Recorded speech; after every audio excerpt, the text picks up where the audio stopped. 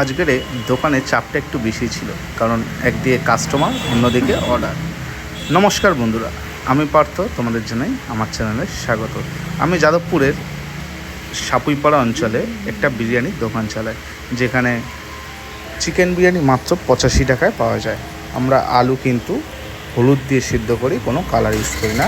আর এই সেই চিকেন যেগুলো 120 থেকে 25 গ্রাম, এইগুলো কিন্তু আমরা 85 টাকায় বিক্রি করি। এবং বসে খেলে আনলিমিটেড রাইস পাবেন, হ্যাঁ, আনলিমিটেড রাইস। আর এই বক্সেই কিন্তু বিরিয়ানি সার্ভ করা হয় পার্সেলের ক্ষেত্রে। আর এই যে মশলাগুলো দেখছি, এগুলো কিন্তু আমরা বিরিয়ানিতে ইউজ করে থাকি। এটা ছিল আমার প্রথম হাঁড়ি, প্রায় শেষের পথে এই যে।